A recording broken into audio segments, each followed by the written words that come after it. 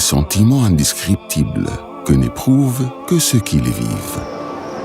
Gloire à Allah, que la brise de l'engouement est belle et plus ardente encore lorsque le regard se pose sur la maison antique.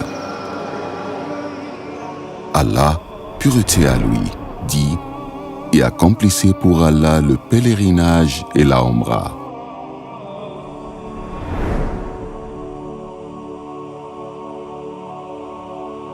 Avant d'accomplir la Omra, il est recommandé d'effectuer les grandes ablutions et de se purifier, de se raser les poils des aisselles et du pubis, de se couper les ongles et de se parfumer le corps sans parfumer les vêtements de l'ihram. Paré de blanc, lavé de tout péché, telle une page blanche où rien n'est consigné. D'un izar et d'un rida, le croyant doit s'habiller. Que la femme revêtisse un habit digne de la maison d'Allah, sans toutefois exhiber ses atours. À partir du Mikat, commence le voyage solennel. En route vers la Mecque, chaque croyant selon sa provenance passe par un lieu de sacralisation défini, dit Mikat. Les points de sacralisation Mikat sont les suivants. Dhul Hulayfa ou Abiyar Ali pour les pèlerins en provenance de Médine. Al-Joufa ou Rabir pour les pèlerins en provenance des pays du Cham. Karn al-Manazil ou As-Sayl al-Kabir pour les pèlerins en provenance du Najd. Yalamlam ou As-Saadiya pour les pèlerins en provenance du Yémen.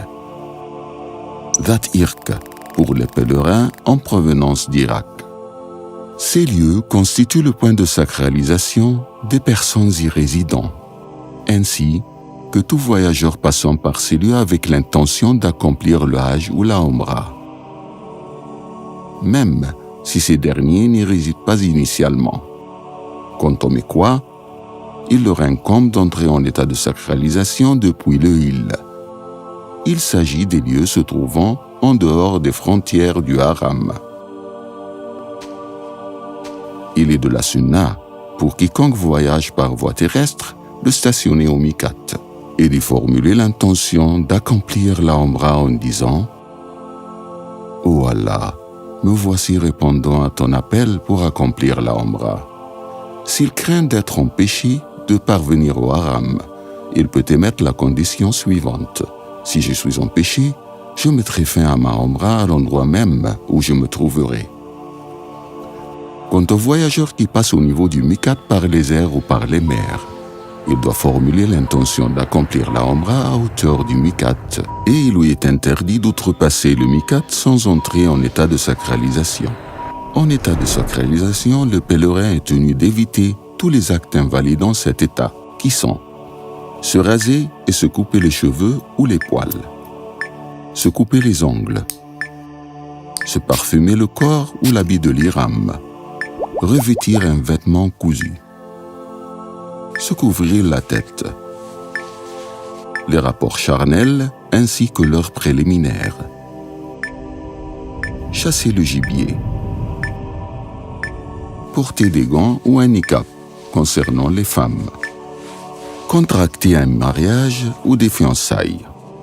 Animé de crainte, de révérence et d'amour, le pèlerin pénètre la mosquée sacrée du pied droit, tel qu'enseigné dans la sunna authentique, en disant « Ô Allah, que ta paix et ta bénédiction soient sur ton messager. Je cherche refuge auprès d'Allah le Tout-Puissant, auprès de sa noble face, de son autorité éternelle, contre Satan le lapidé. Ô Allah, daigne m'ouvrir les portes de ta miséricorde. »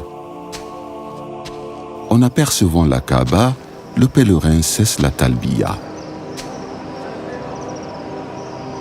et se dirige vers le coin de la pierre noire d'où il commencera le tawaf, la circumambulation.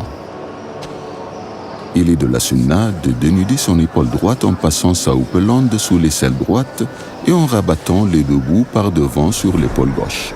On appelle cela al-idbar.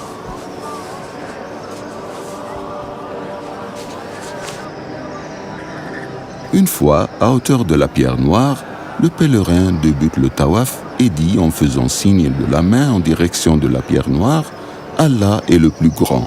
Allahu Akbar. Il lui est recommandé de toucher ou d'embrasser la pierre noire à condition de ne léser personne. Mais si toutefois le pèlerin peine à l'atteindre, il pourra se contenter de la toucher avec une canne ou tout autre objet qu'il embrassera par là ensuite. En revanche, s'il ne peut ni la toucher ni l'embrasser et qu'il se contente de lui faire signe de la main, il n'embrassera pas cette dernière. La validité du tawaf dépend de la purification du pèlerin de l'état d'impurité mineure et majeure, étant donné que le tawaf est semblable à la prière, si ce n'est qu'il est autorisé d'y parler. Le pèlerin débutera son tawaf au niveau de la pierre noire et devra effectuer 7 tours qu'il achèvera au même niveau.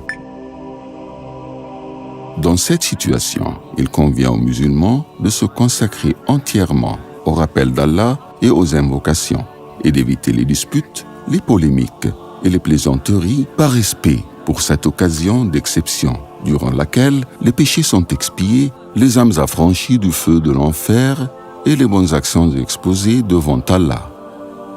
Il est recommandé à l'homme et non à la femme de hâter le pas lors des 3 premiers tours du tawaf, chacun selon ses capacités. En arrivant au coin yéménite, le pèlerin, dans la mesure du possible, le touchera de sa main droite sans l'embrasser. Mais si toutefois il n'est pas en mesure de le toucher, il poursuit son tawaf sans faire signe de la main ni prononcer le takbir. Aussi, il est recommandé au pèlerin de prononcer en parcourant la distance entre le coin yéménite et la pierre noire cette invocation. Notre Seigneur, accorde-nous une belle part dans ce monde ainsi qu'une belle part dans l'au-delà. Et protège-nous contre le châtiment du feu.